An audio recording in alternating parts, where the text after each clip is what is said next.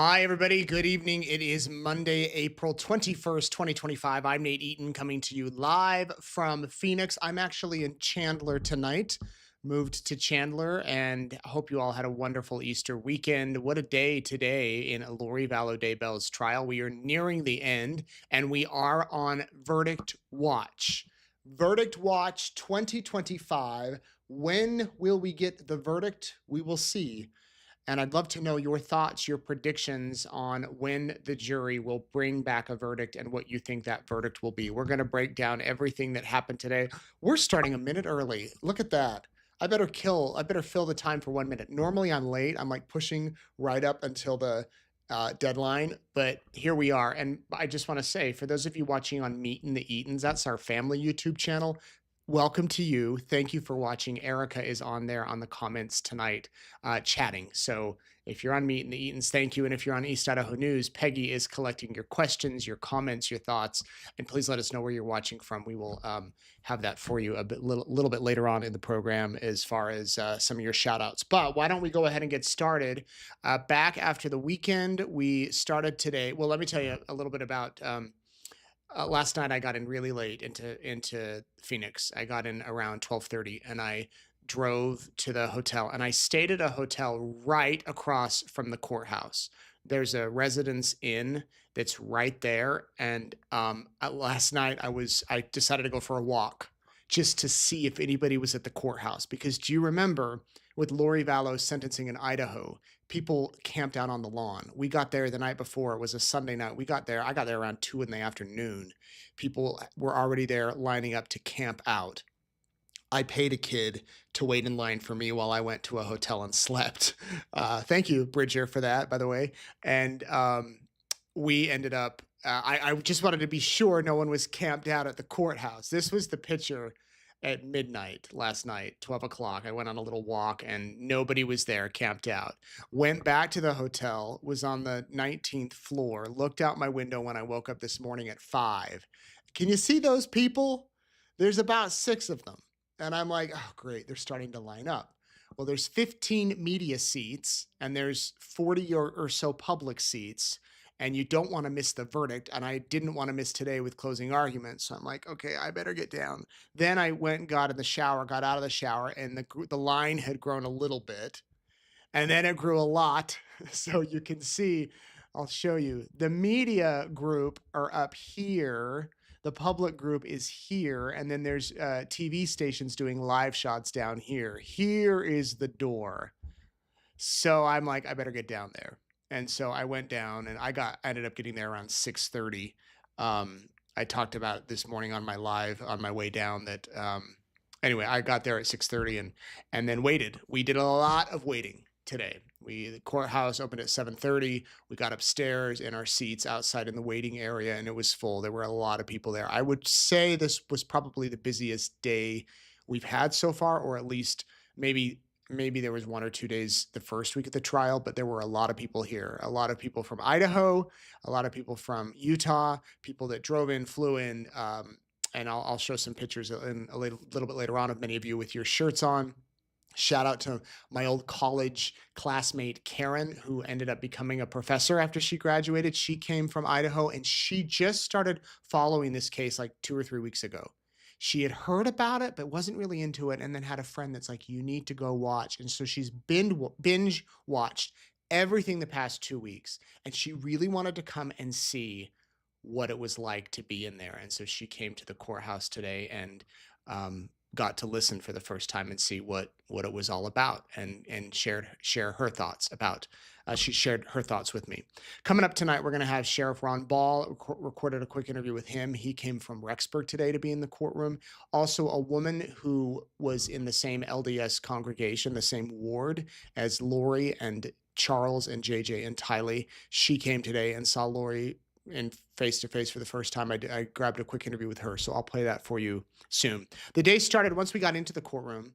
The jury got there at 11. The judge just wanted to make sure if there were any last-minute things. Lori had an issue with the exhibit that the prosecution admitted, the exhibit of her interview with police.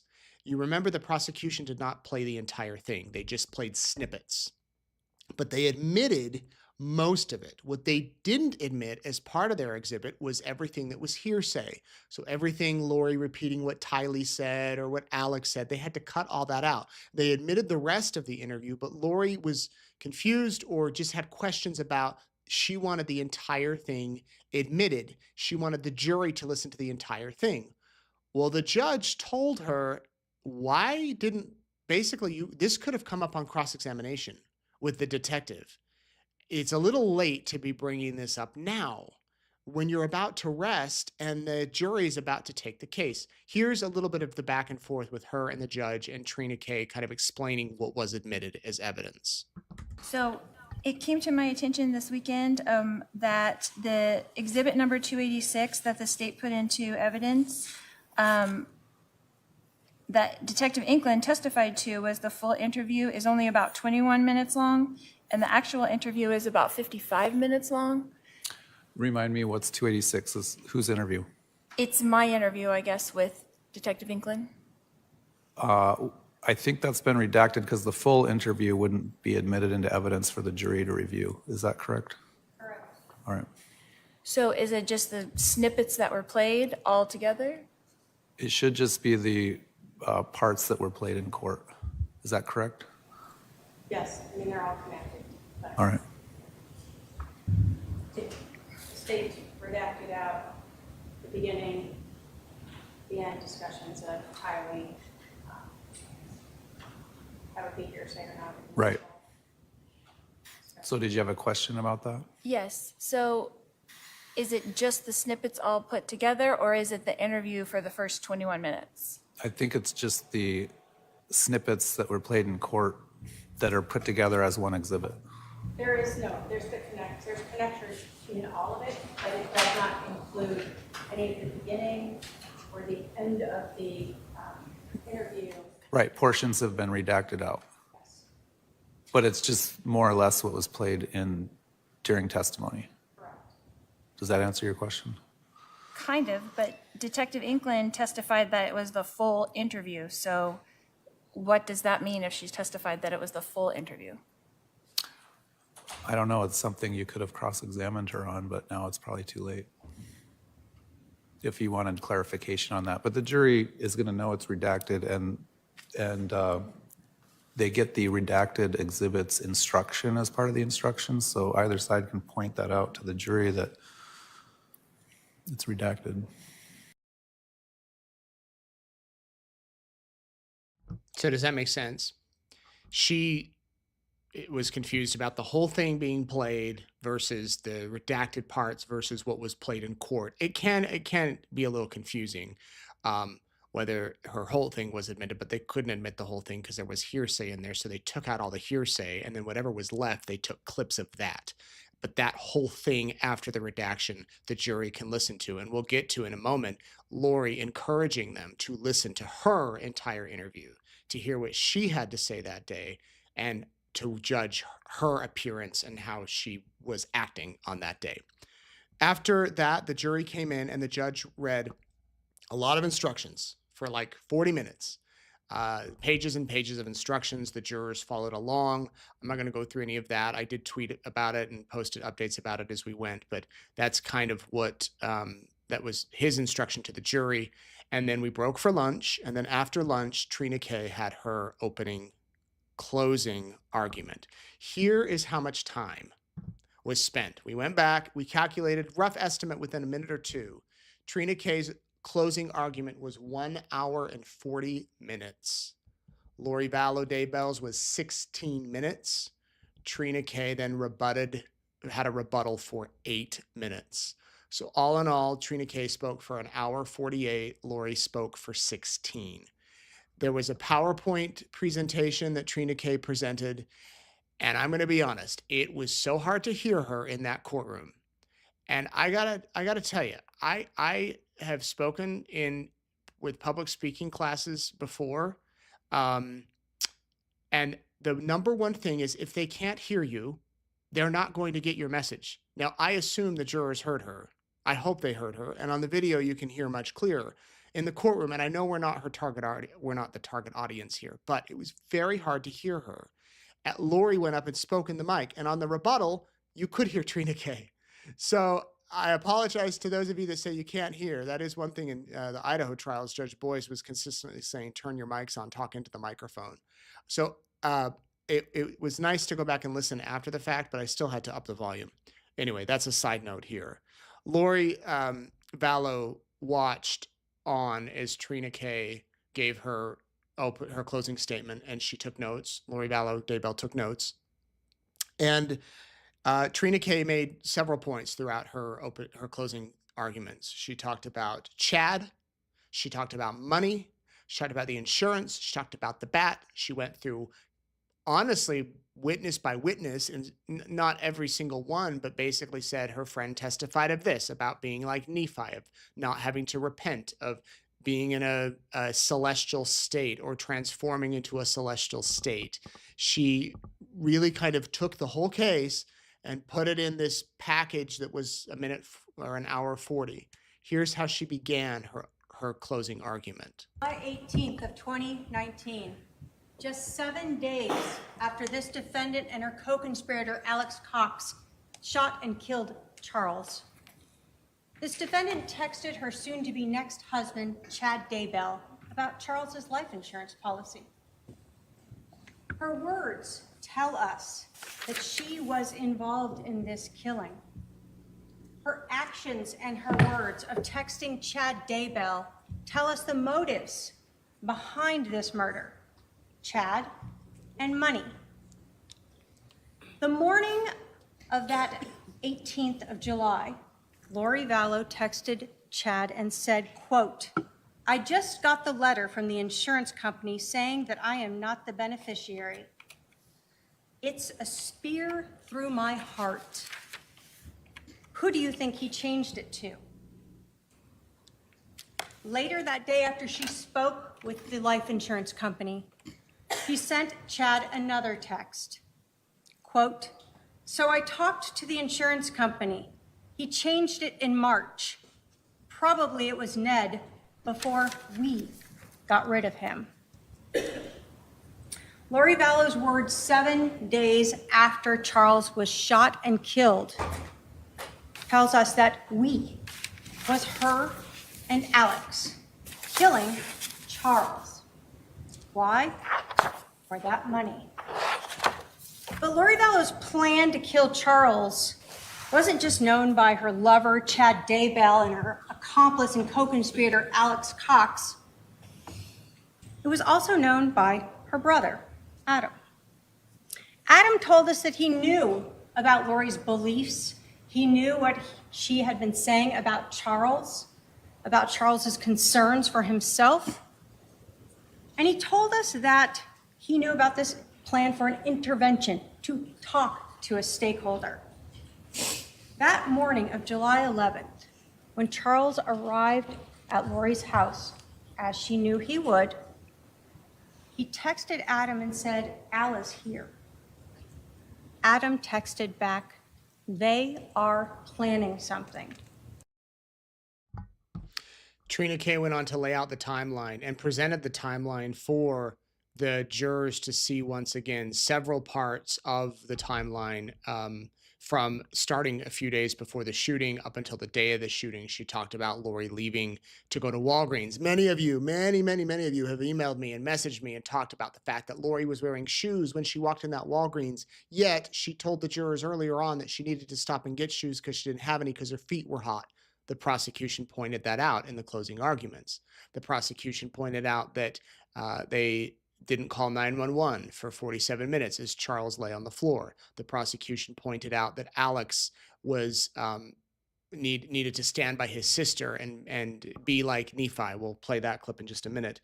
And the prosecution pointed out the bat, that there was no damage to the bat, that not one mirror in that house was broken. And you would have thought if Alex and Charles were fighting and Charles was in a rage, that bat would have broken mirrors, that there would have been more than a 1-inch cut on the back of Alex's head. The prosecution went through it all, repeated several times several of the key points, talked about the affair that Lori was having with Chad. Here's part of it. So let's talk about Chad, the affair with Chad Daybell. We know that She knew him as far back as November of 2018 when he came to Arizona and stayed at Lori's house. You were told by Detective Duncan that there were recordings on her Lori for Style iCloud account of Chad Daybell here in Arizona for that Preparing the People conference. You also heard that in the Lolly time, the later account that was created later, that in March of 2019, there were screenshots of flights to Idaho and back to Arizona with both Lori Vallow and Chad Daybell. This is during that time when she disappeared and Charles was taking care of JJ, and she's off flying to Hawaii and Idaho, living the good life with her soon-to-be husband. And then, of course, we know that come November 5th, she actually marries Chad Daybell. That KK Walker email address, this was that June 29th, big change. What do we know? That on April 21st, she created that account. She used her own phone number in creating it. And then she sent messages to Chad Daybell, brother Daybell. You have that exhibit. She pretends to be Karen Walker and invites him to Houston, because that's where she is at that time. She offers to use Charles's money to fly him out there, and that he can stay at the house with her and her husband.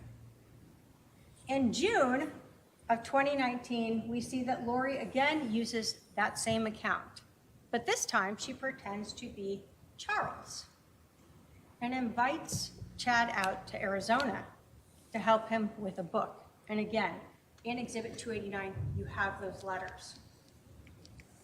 Charles finds those,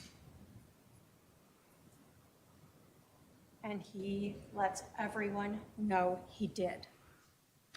And he confronts Tammy, lets her know. Confronts Chad, lets him know. And he certainly lets the defendant know that he knows. And now the jig is up. Okay, think about this. The jury, I'm sure, is dying to know, where's Tammy? He confronted Tammy about this affair. What happened to her? Where's Chad Daybell? We heard all about Chad. Why isn't he being charged? And maybe they're thinking, oh, he's being tried for another case. They don't know he's sitting on death row in Idaho. Where's Tylee? We've heard a lot about Tylee. Tylee was never called as a witness. Tylee was in the house. She was a teenager. Surely they would have called her as a witness to talk about what happened. This is what I would be thinking if I was on this jury. Where's Tylee? And JJ, okay, they said he has autism, had autism, Lori said. Maybe he can't testify. Maybe he's nonverbal. But I wonder where he's at. And Alex died. They said Alex died 6 months to the day. I'm sure they're just kind of trying to put all these names together. And Trina, her whole thing is she has to convince them beyond a reasonable doubt. Reasonable doubt. You don't have to know. A lot of times we get confused. Beyond a shadow of a doubt, meaning we know for certain it happened. It's beyond a reasonable doubt. Like, okay, within reasonable, yes, it makes sense. That she has to convince them with her evidence and with her witnesses that Lori conspired with Alex to kill Charles. There does not have to be a written agreement. There does not have to be the specific words, let's kill Charles, shoot him. There does not have to be slam dunk recordings of the two of them talking about it. There just has to be words. There has to be plans. There has to be something. And she went through the fact that this was thought of the day before, well, a few days before, even months before, really, but really a few days before. And then that morning worked with Alex to say, you must stay close. And then they came up with this plan, premeditated. They had planned it to kill her husband at the time, Charles Vallow. That's what the jury has to determine. Did they present enough witness and evidence? This closing argument from Trina and the closing arguments from Lori is not evidence. They cannot consider this as evidence. In a minute, I'll play some clips of Lori. She tried to testify. can't testify in the closing arguments. This is a synopsis bringing it all home to the jurors to help them realize, okay, this was the case. We posted the entire closing arguments for Trina K, for Lori, for the whole thing, the rebuttal too. You can go watch them. Here is how Trina K, on our YouTube, by the way, here is how Trina K ended her closing argument. Ladies and gentlemen, we have talked about the evidence in this case. Evidence that was presented to you through witnesses who took the stand and exhibits that were admitted for you to review. Remember the evidence of Lori Vallow's motive. Charles's life insurance, Chad Daybell.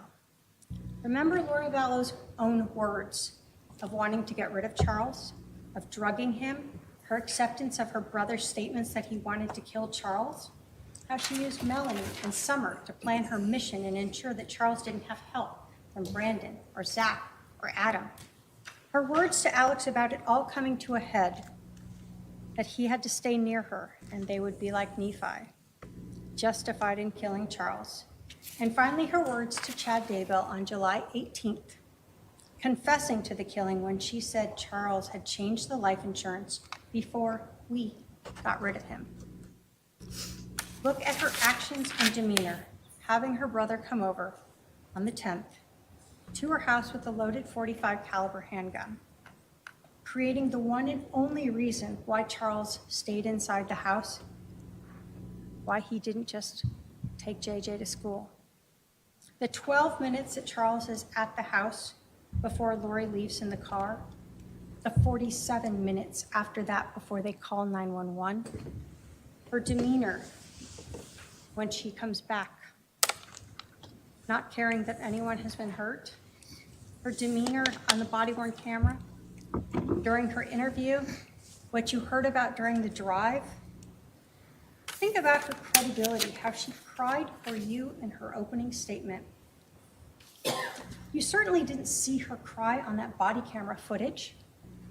You didn't hear about her crying as she was being driven to the Family Advocacy Center, and you did not see her cry in her interview.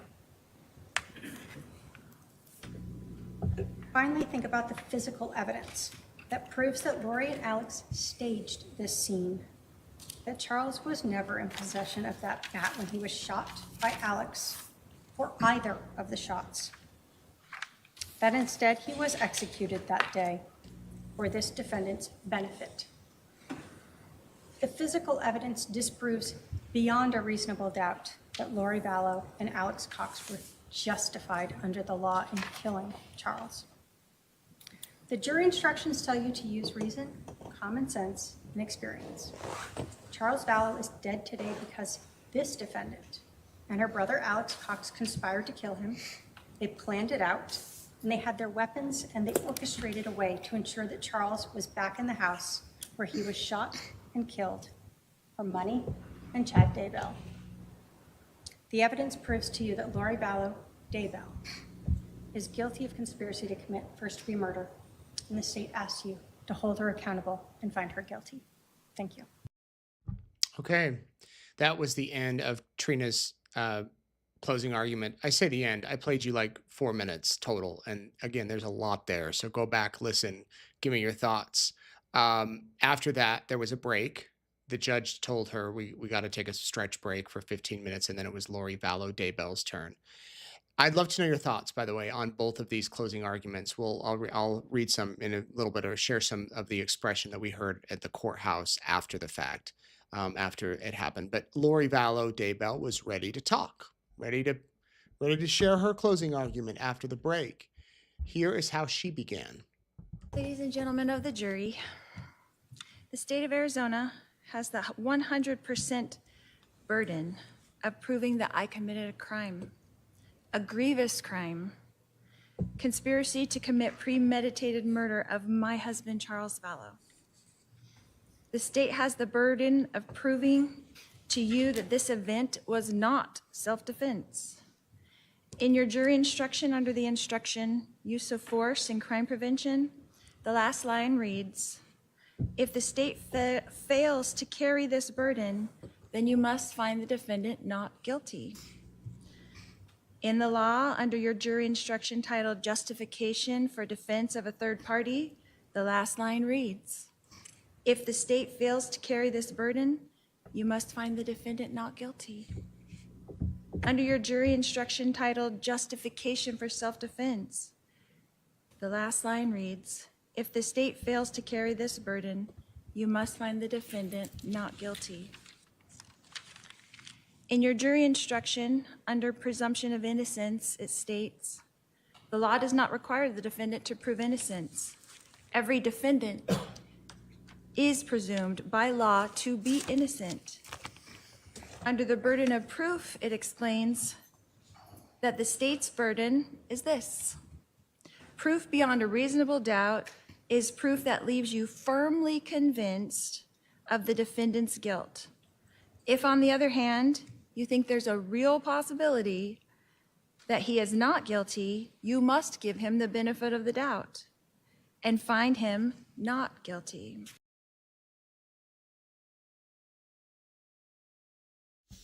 Lori went on to talk about that the state did not prove that she said, her words, here's what we learned in this trial. We learned this, we learned that, we learned this, we learned that. She talked about some of the exhibits that were shown, some of the evidence that was shown. She didn't talk about the text messages. Again, she could not testify. She could only speak to the evidence and the witnesses that were there in court. And here's a little bit more of what she said. We learned in this trial that my daughter Tylee and I were also taken to Chandler Police Department in a police van.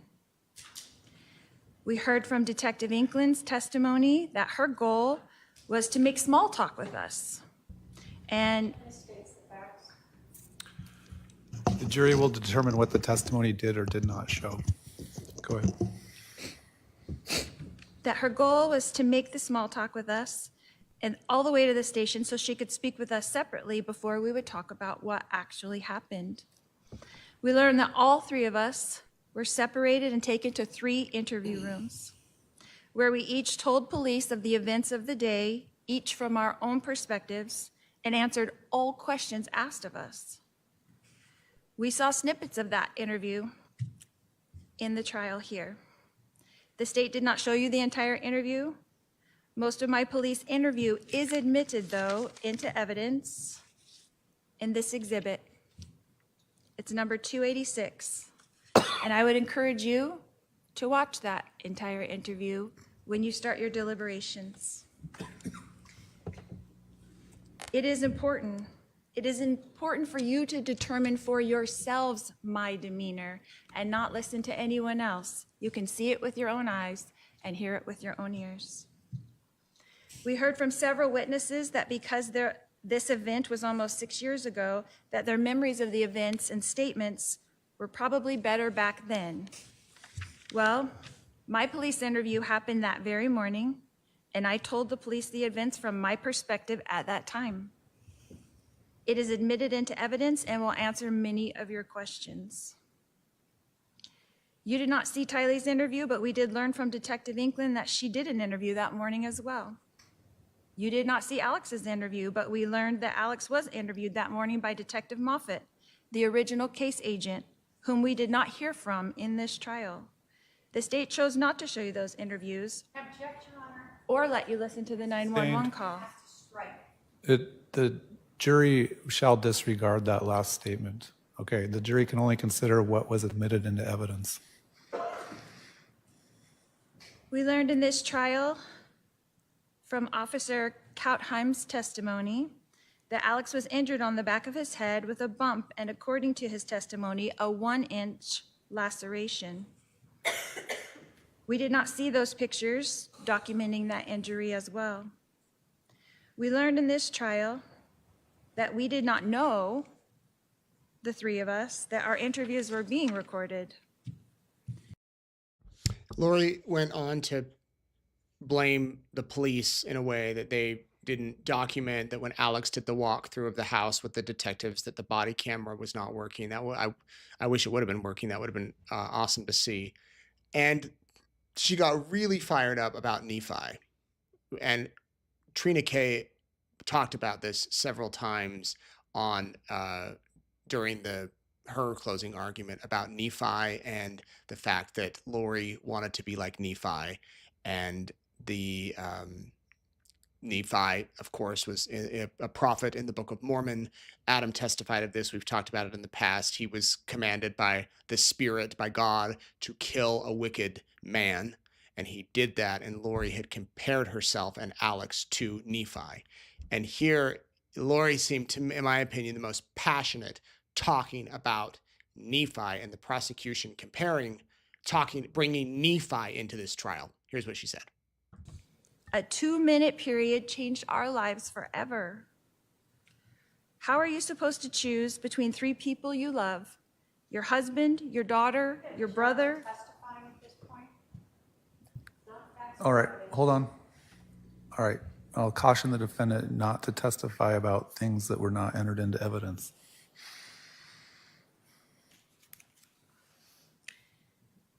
How can you decide for another person if they feel threatened? Why does the state want to blame to someone? It's a reasonable person standard, not the standard of the person. I'm sure you'll point that out in rebuttal. I'll allow the argument as that inference. Go ahead. Why does the state want to blame someone for this tragic event? What evidence did the state show you in this trial that I wanted harm to come to my husband? We learned in this trial that I was praying for my husband. We learned in this trial that even though my husband and I were having marital issues, that we were both trying to do the best things for our son with special needs, JJ. We learned in this trial that I was shocked that Charles had changed his life insurance policy, but I was not angry as the state alleges. In the phone call we heard from the insurance company, we heard that I was disappointed for our children, our grown children, as well as our children still at home, but I was not angry. My husband Charles was providing for our children still at home. I had no motive to change that. We heard a lot in this trial about the Book of Mormon prophet named Nephi. This is the state's evidence to murder over self-defense, and it is utterly ridiculous. We heard from Detective Duncan, who admitted on the stand that he had no idea what I meant in the text message when I said, "We will be like Nephi." In Mormon culture, Nephi signifies strong faith, perseverance, and courage. Right. That's sustained. The state's attempt to misconstrue the positive text message about a wonderful religious figure, Nephi, and try to turn it into an order to kill someone is absurd. This is an attempt by the state to try to retrofit a crime that doesn't exist. This event was not a crime. It was a tragedy. Don't let them turn my family tragedy into a crime. When I'm done speaking to you, the state gets to get up and rebut all that I've told you. They've got to have the last word, so to speak, because it is 100% their burden to prove to you that I committed a crime. And you won't be allowed to hear from me again. So I want you to remember that it is the state's job to prove to you that I committed a crime. And if you have not seen the evidence that leaves you firmly convinced that I have committed this very crime, then the state failed to show you the evidence that you need. Because I did not commit this crime. The only interview the state entered into evidence is mine. So I encourage you to go watch it. I told you just what happened that day, just the way it happened.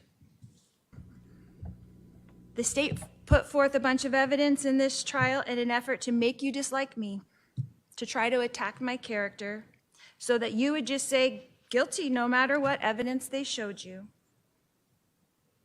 But only you get to decide. The state put up witnesses that had zero knowledge of a conspiracy. The state did not show you evidence of an agreement to commit murder. They showed you evidence of a family tragedy, and then they showed you the sad effects of a family torn apart because of that tragedy.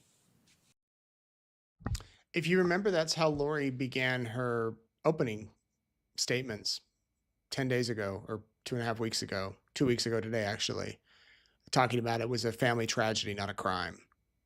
So it's interesting that she really wants them to watch that interview that she did with the police, because she says it will show them for themselves her demeanor.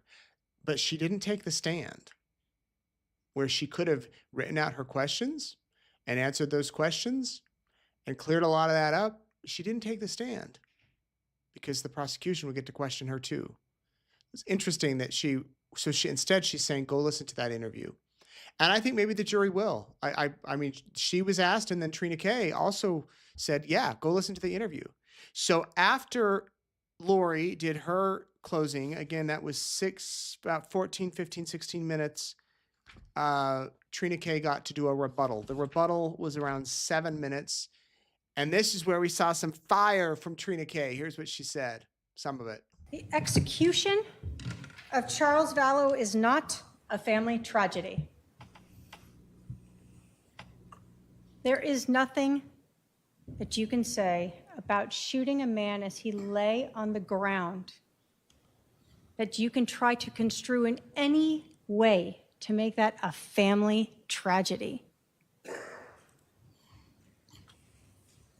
This case is about the defendant, not Alex Cox. Alex is involved in it because that is her co-conspirator. We are not here to determine his guilt, albeit it is quite obvious. This defendant wants you to just look at one piece, and she wants you to hope that there's only a person who will say, I heard the conspiracy. But what did you hear in every instruction is that you can look to other evidence to show that. This defendant wants you to forget about her words and pretend that when she told her lover, her soon-to-be husband, we got rid of him, that he changed the life insurance before we got rid of him, that somehow means what? That they killed him. And he changed his life insurance before they killed him. What does that tell you? That tells you motive, and that tells you who did it. This defendant is one of those we, because she's writing it. She wants you to pretend that when she is talking about Charles for months, acquiescing and agreeing to her brother killing him, having people tell her that it's wrong, having people know that they're planning for something, that those words don't mean exactly what they are. We got rid of him, this defendant. The state, of course, has the burden, and that's how it should be. But every one of those justification defenses falls short when you look at the conspiracy itself. When they got rid of him, they did it by planning it. There is no reason that Alex Cox came over to this defendant's house with a loaded gun and waited for Charles to come inside, held there by this defendant using the cell phone. That is conspiracy. That is planning. That is premeditated. I think a lot of people were impressed more with the rebuttal in a way than the closing. I'll be after the fact, spoke with several people that watched, and they felt that they wished for more passion. And I spoke with some prosecutors too, not here, who say it's always hard to do that closing argument because how much do you put in? The other day I interviewed Alan Browning. He said 40 minutes is a good time. And I think I would agree with that. We have short attention spans nowadays. And there were some people in the gallery that were nodding off, not jurors that I could see. But some people in the gallery were kind of nodding off during that because it was a little long. But that rebuttal, that's a lot of what the jurors will remember. And after that, the judge said, we're going to do a very scientific way of determining who is the alternates. And they pulled two numbers out, two men who left. Juror 5 and juror, what was the other number? I have it on my tweets. I think it was 14. So those two jurors, they're still on standby, but they're not deliberating. And the judge said, the schedule is up to you. My court staff, he swore them in to protect the jurors, to make them say that, if anything happens, that the judge, will be alerted. If they have questions, they can write them down and they will be given to the judge. And we did have a couple of questions in Chad's trial back in Idaho. I remember that. They were brought into them. And it was how it could be. Now it's basically up to the jury. So they took the jurors out. And within 10 minutes, the jurors said, we're coming back tomorrow. We're going home. So what does that mean? Well, there's a bunch of theories out there. I don't know. One, did they say, let's start fresh tomorrow? Everybody go home, get some sleep. We'll just go at it tomorrow. Did they try to start deliberating and appoint a foreman and say, let's do it tomorrow? Did they want to come back and watch the video that Lori really wants them to watch? I don't know what it means. I don't think they got into deliberating very much. So they'll be back tomorrow at 10:30 and we'll be on verdict watch. We'll be down at the courthouse waiting. When the verdict is in, we will get at least a 30-minute heads up. I will put it on my X. I'll try to put it on YouTube for those of you watching on YouTube. That can be hard if I'm inside the courthouse. I can't do a video inside the courthouse. So you'll just have to go to, or my Facebook, Nate Eaton Reporter. We'll put it on there so that you can watch the verdict almost live. The judge says we can have it delayed 5 minutes. So instead of 30 minutes, it will be delayed 5 minutes. But there won't be any court proceedings or anything tomorrow until we have a verdict. If we don't get a verdict tomorrow, then the next day they'll be back at it deliberating. If Thursday, Friday comes and they can't reach a decision, then they can probably write a note to the judge and say, we can't reach a decision. We're a hung jury, which has happened before. Not in this case, but in other cases. And then the judge will decide what to do from there. A lot of times he'll encourage them to go back and try to come up with some sort of solution. So that is how the day went. Again, we have all of the testimony, the arguments on our YouTube. You can watch the whole thing. A woman named April came up to me and told me before I walked into court today that she knew Charles and Lori and Tylee from church years ago, and showed me some beautiful photos of Tylee saying how much she loved her mom on social media, on Instagram, of her posting family pictures with Colby and Charles and whatnot. And so I grabbed April after the hearing today just to get her thoughts about seeing Lori again and being in the courtroom, and how this is such a different picture from years ago when they all were in church together. Here's what April told me. Why did you come out to court today? I knew the Vallow family personally, so I just came to support Charles. And tell me about your interactions with them back when you knew them. Okay, I'm in Gilbert, Chandler area, and I knew them right before they moved to Mesa, and I knew them pretty well. My daughter is Tylee's age, and we went to church together. They were in our ward, and we were pretty close. Yeah, tell me about what type of girl Tylee was. Tylee was like any other teenager, but she loved her mom so much. She actually really doted over her, and so did Charles. Charles always talked about his wife, how lucky he was, and JJ, and they were a really good family. You were telling me earlier that Tylee really praised her family on Instagram, like publicly. It seemed like they were a really close family. Yeah, she would say, someday I want to be like a mom like my mom is, and she'd say like, my mom's better than your mom, you know, that she was very, very close to her mom. So what have you thought over the past few years as this has all come out?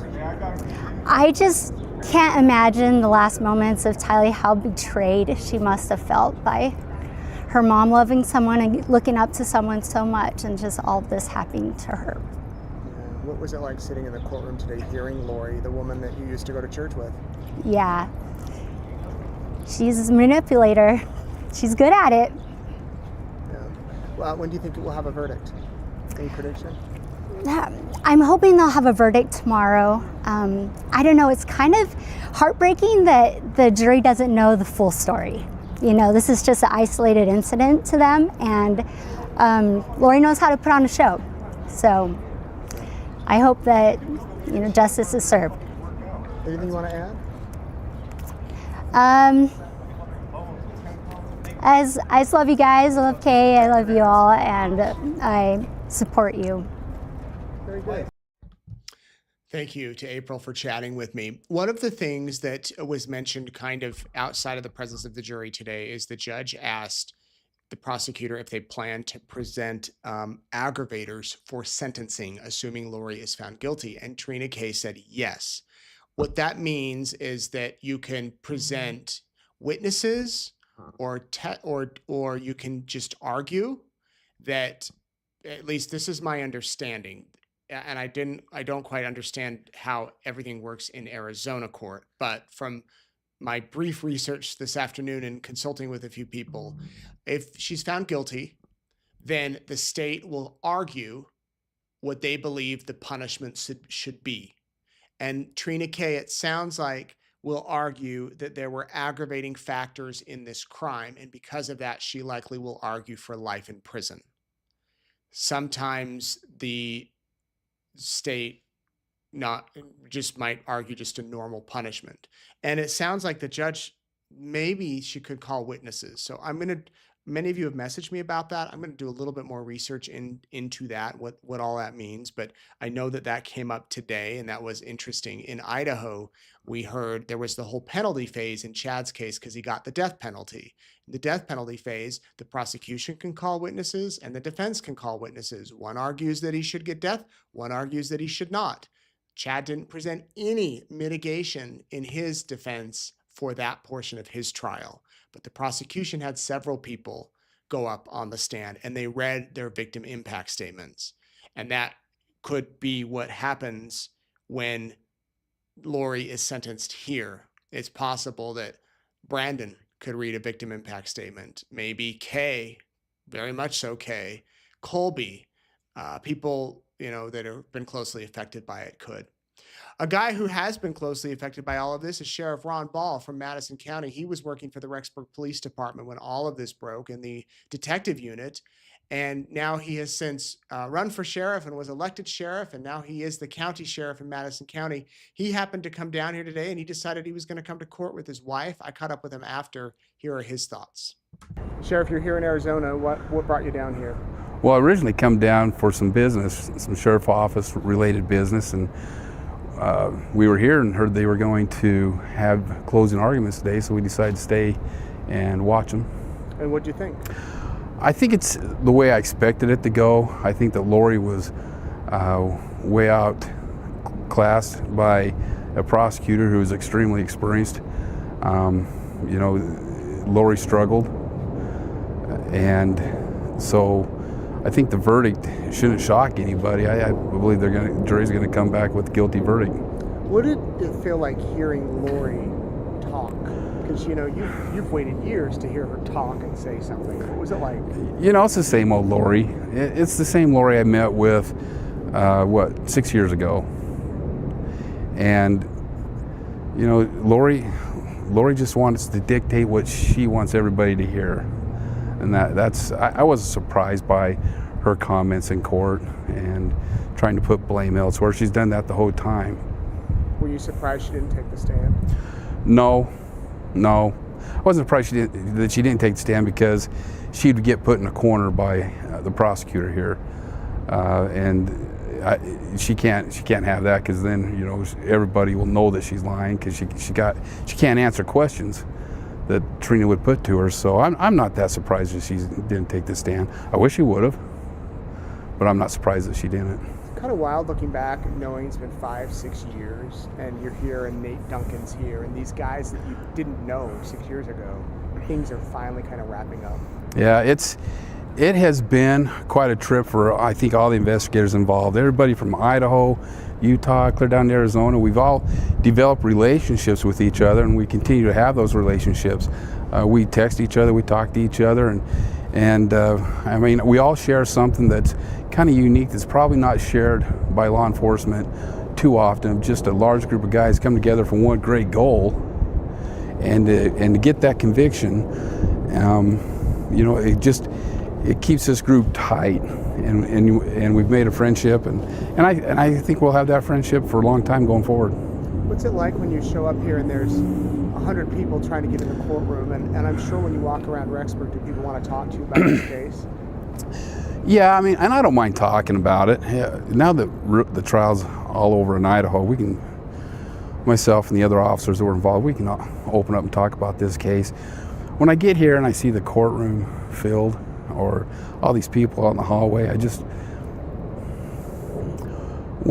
think one hand, you kind of appreciate everybody's interest in it, and then on the other hand, I'm like, why? You know, why give her the satisfaction of having everybody just so involved in this? I think that's what she wants. She likes that. She likes the notoriety, I believe.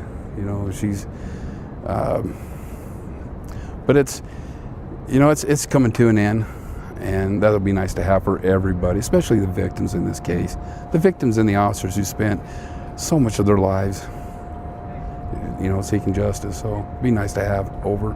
Anything you want to add? No, I think Nate Eaton owes me lunch at one point in some time. To say that we're gonna go have lunch. Oops, I meant to cut that out. I probably do owe him lunch, so we'll have to have lunch when this is all over. Maybe we should do a big dinner for all the investigators, and we'll live stream it. You all can come. Something like that. I don't know. Once everything's done, we'd have to meet in the middle of, I don't know, Utah, St. George, somewhere between Rexburg and Phoenix, Chandler. Before we go tonight, we have to remember Charles Vallow, hopefully one step closer to justice for him. Charles Vallow, we've seen a lot, heard a lot about him over the past few weeks, the good things, the horrible way in which he died. Makes you wonder, you know, what he'd be doing today if he was here on the earth with his children. And we think about him today, and we want to take a moment to remember Charles Vallow. Well, I want to thank you all for watching. We do have a lot of questions and some shout outs. Before I get to that, I want to show you some photos that you all sent. And I love these. I'm going to view these as a gallery. And I think I can take them full here. Hold on one moment. Maybe I can't. Here we go. Let me pull this in full. Sorry. We have you guys with your mugshot shirts. I mentioned this a gallery. Let me pull them up one at a time, I guess. I want to thank you all for supporting East Idaho News every day, watching the trial on our channel, and I'm just going to do it this way. We've got her. We've got this one. She has the Ain't Nobody Got Crime for That shirt. We have the mugshot shirt, which is great. We have this mugshot shirt. We have Ain't Nobody Got Crime for That. We have good old Chad here, who came up from Utah. There he is, posing by the Arizona sign with his mugshot shirt. He's come to all three trials, a couple days here and there. We've got this guy, and his name, Baldwin. He is incredibly talented. He sent me a mallet, a judge's mallet that you use, like that, you know, court is now in session, that he made out of wood. It's in my office in Idaho. I did think maybe we should start and end Courtroom Insider with that. Hit the mallet in the beginning and the end, but then I didn't want to travel with it in case it got damaged or something. We have these two wonderful ladies wearing their mugshot shirts, and we have this one, guilty of following East Idaho News. And my apologies if many of you I know sent in some other shirts too, or other pictures of you in shirts. And you can still get them if you're interested, eastidahonews.com/shop. We can put the link in there. We have to, of course, acknowledge our sponsor, Alan Browning from Browning Law. Had an interview with him the other night. Many of you have watched it and appreciated his insight. You can go check that out. He's a defense attorney in Idaho Falls, who, of course, has some really interesting insights on this particular case and others. So thanks to Browning Law. Also, thanks to Teton Toyota for hooking me up with a Toyota Prius. I got back. I went to Idaho this weekend, got back, and the car was still there waiting for me. And I had to slow my roll again because it's so easy to go fast in that car versus the car I drive at home. So yes, tomorrow, here's what's happening. As I mentioned, we're on verdict watch. So whatever happens, happens. And we wait, we wait and see. That's what we do. Let me go ahead and read you some shout outs. Sheila Wright. I have to shout out Sheila Wright. I knew Sheila Wright and her mother Becky in Chesterfield, Virginia when I was a reporter years ago, and I had no idea her mother Becky passed away a few months ago. Sheila, thinking about you. Becky was always great at calling in news tips to our newsroom, and sometimes I'd see her at different scenes. She would Facebook me and say, hey, you should know about this. But Sheila has been a stalwart East Idaho News follower, and especially with the trial. So Sheila, sending my best to you. Thanks for watching. Elizabeth, shouting out your best friend, Tracy Clark, who's tuning in tonight. Thank you, Tracy and Elizabeth. Adam, shouting out your daughter, who's 16, Sydney, sweet 16. Happy birthday to you. Michael from Pilot Butte, Saskatchewan. I think I said that right, Michael, or Michelle? Michelle? Sorry if I said it wrong. Anna Austin Cruz, fun fact. Oh my gosh, guys, this is crazy. Anna was rushing in the house to watch Courtroom Insider when she tripped over a sprinkler and broke her kneecap and had to go to the hospital, even had surgery. How awful. She's home now. I'm so sorry, Anna, about that. But yeah, gosh, all our best to you. Yes, you are a dedicated fan.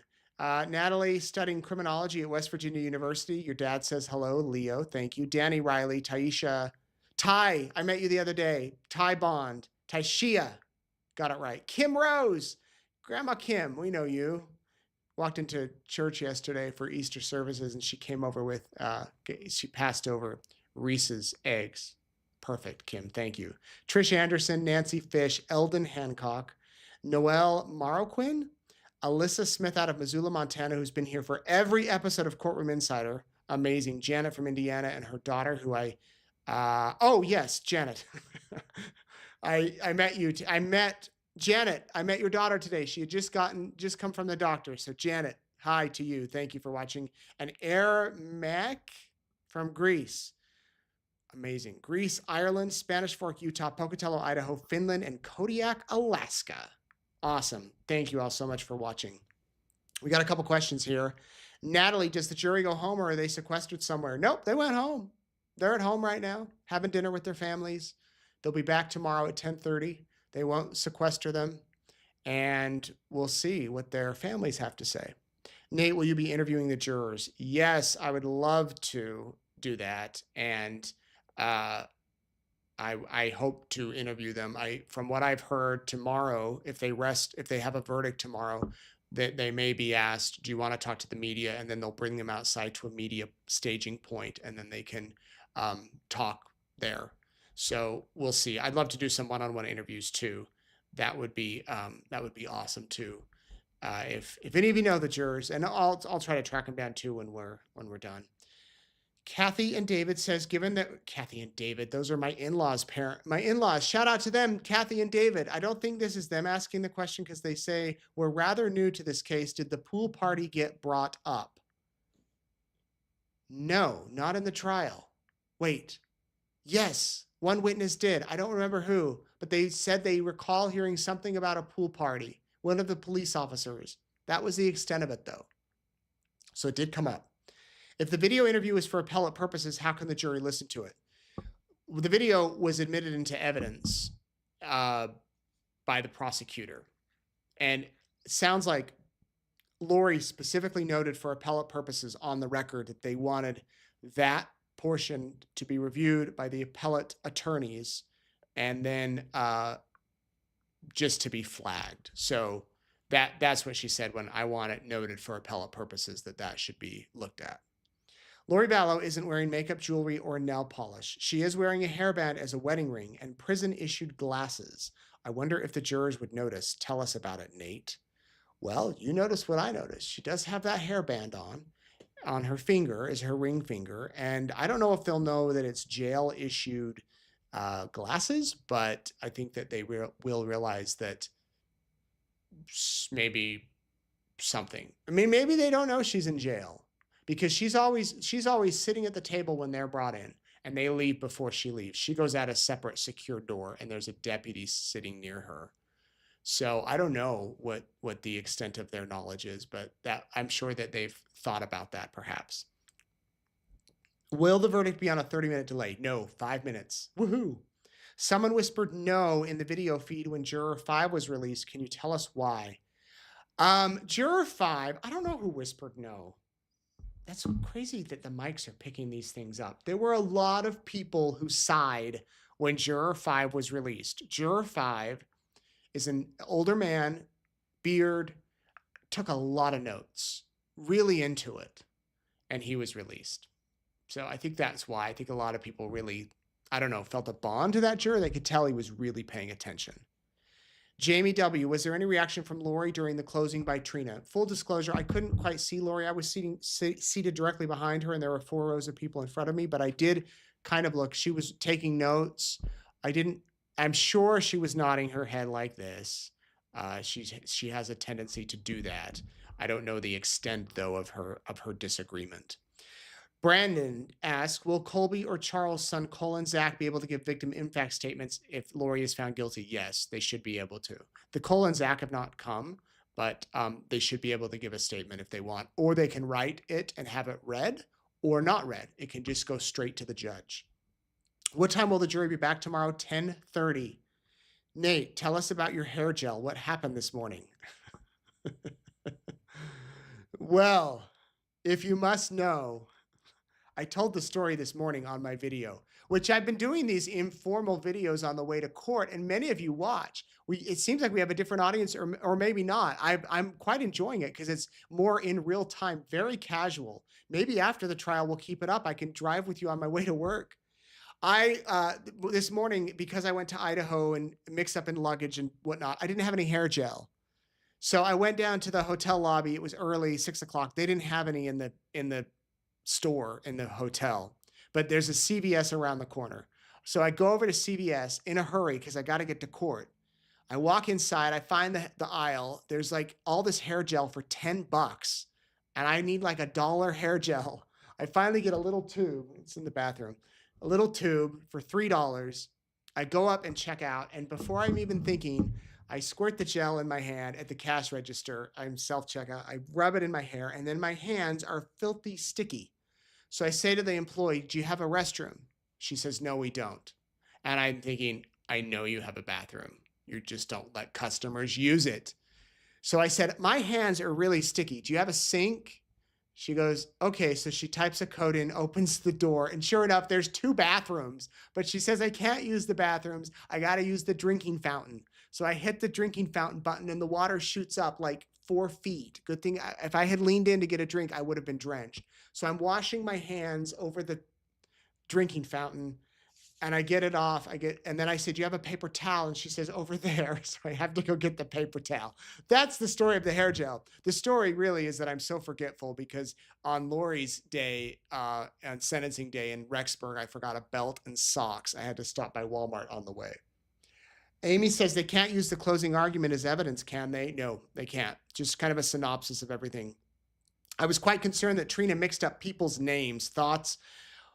Perhaps. I mean, full disclosure, I as you can tell, I mix up names all the time. But I don't know. I think that people will forgive that. But yeah, it might be concerning. It might cause some confusion.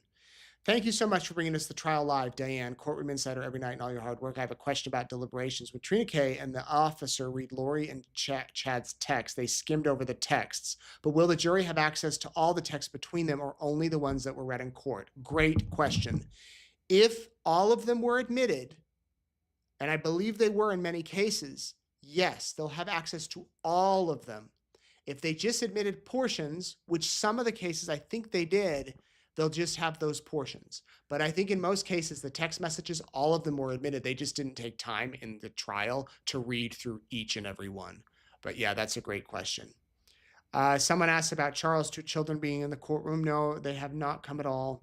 Eldon says, in court today, did anyone in support of Lori take seats behind her? Summer, Janice, Barry, or anyone? Does she have anyone there? No, they have not come at all. In fact, they were on the witness list, so they couldn't even watch. They were on Lori's witness list. There were people seated behind the defense in the rows today, but those were mainly members of the public. Barbara asks, are Chad and Lori still Mormon, or have they been excommunicated? Has the LDS Church ever spoken about either of them?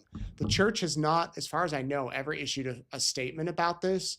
Chad has been excommunicated. Lori, I don't know. I have seen Chad's excommunication letter, and he has been excommunicated. Lori, I don't think it ever happened. And the church does not officially comment on membership statuses of members. So I think Lori kind of hopped congregation to congregation, and but I could be completely wrong. She could no longer be a member. They could have excommunicated for her, given the charges that she faced and was found guilty of. It would be completely justifiable for the church to excommunicate her. When Lori isn't playing lawyer Barbie, is she a regular prisoner? Does she have special privileges to prepare for court? Is she allowed to have visitors, or is she in a death row sitting while she's in Arizona? She's not on death row. She's not allowed visitors. All visitors are done through the tablet video. She does not have special privileges. She, in fact, complained the other day that she has to get up at 3 a.m. to get on the bus to go over to the court, and that's when she reviews her stuff. She can review some things in her cell, but no, I don't think she has very many special privileges, other than privileges that other inmates might have when they're on trial, but most of them have an attorney doing the work for them. Has it ever been definitely determined that Lori had a $2 million life insurance policy? No, just from what she has said in court. We haven't ever seen any proof of that. And then a lot of you were asking if she still has it. If the premium's not paid, which I doubt it's been paid for several years, it is canceled. Nate, can you please interview Nancy Jo Hancock, Summer Shiflett, and the other people who have been mentioned? I feel that they can tie up a bunch of loose ends. I would love to interview them all. I've requested interviews with Nancy Jo and with Summer, with Trina K. I did get a note back that because there's the upcoming trial with Brandon, that Trina K won't be doing interviews now. I feel that'll be the same with the police. And even I reached out to Lori's defense team, her advisory attorneys, and I've reached out to Lori too, asking if they will do interviews. I have not heard back, but I'm hoping to get some this week. What point did Chad and Lori lose their independence and have to live in jail every day? Was this after they went to trial? Were they actually able to live in Idaho in the same house until a trial date was set and then sent to jail upon being guilty? No. This is from Tracy. Lori was arrested in February of 2020. She has not had one day of freedom since that day. She was flown back to Idaho, where she lived in the Madison County Jail for years before her trial. During her trial, she was moved to the Ada County Jail. After that trial, she was moved back to the Madison County Jail until she was sentenced, when she was moved to the prison. When she was in prison 4 or 5 months, she was moved to the Maricopa County Jail, where she has been and will be until this trial and Brandon's trial is over, and then she will go back to Idaho to prison. She has not had a day of freedom since February of 2020. Chad was arrested in June of 2020. He hasn't had as many moves, really just one. He was in the Fremont County Jail for years until his trial, when he was moved to the Ada County Jail, and then he was sentenced to death row, and he immediately moved to the prison in Boise, where he will live until he dies, which will probably be at least 10 years, maybe 20 or 30. Unless he dies of natural causes before then. So they were not free. Chad was free for March, April, May, about 3 or 4 months when Lori was in jail, and they talked every day for hours, and we heard some of that in the trials in Idaho. So he did have freedoms that Lori did not have, but they haven't had freedom since